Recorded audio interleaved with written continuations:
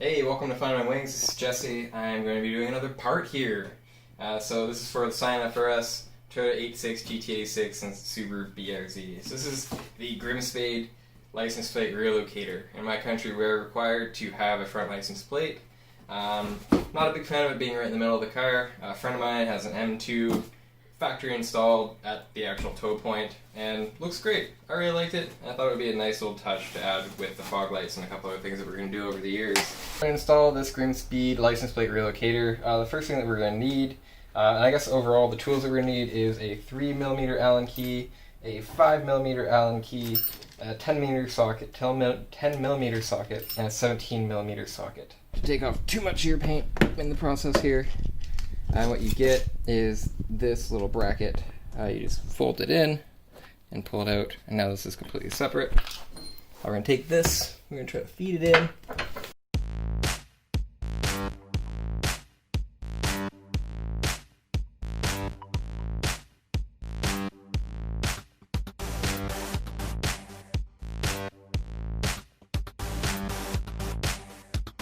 Down here, I'm going to actually try to level it with my phone real quick. Anything that you can use to level it would be a great piece of advice for me. Some people might choose to run them on an angle or maybe off to the side or something weird, but you will see if you mount it off to the side, it does angle out to the car a little bit. It might actually not be the worst idea, as you can see that there's kind of a tight fit here. So once this whole bracket's on here, you might have to push it out to the side a little bit.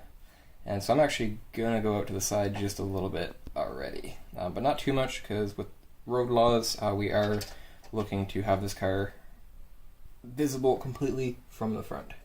So I'm just going to level this real quick and tighten this up.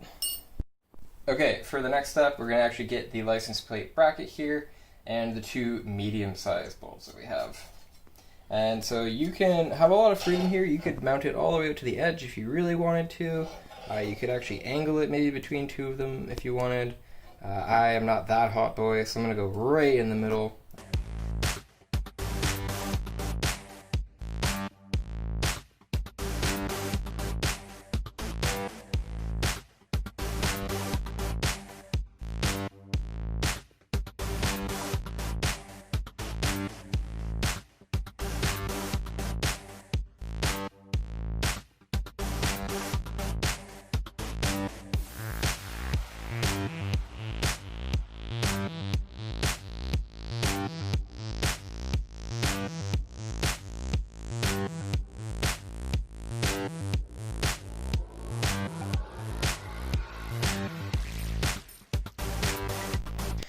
Okay, so this is it mounted up.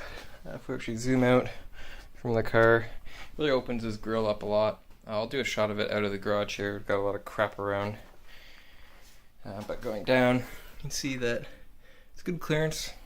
We're technically on a little bit of an angle to the car, but that does work. You can still mostly see it from this side of the car, so there shouldn't be any problems with police or anything like that.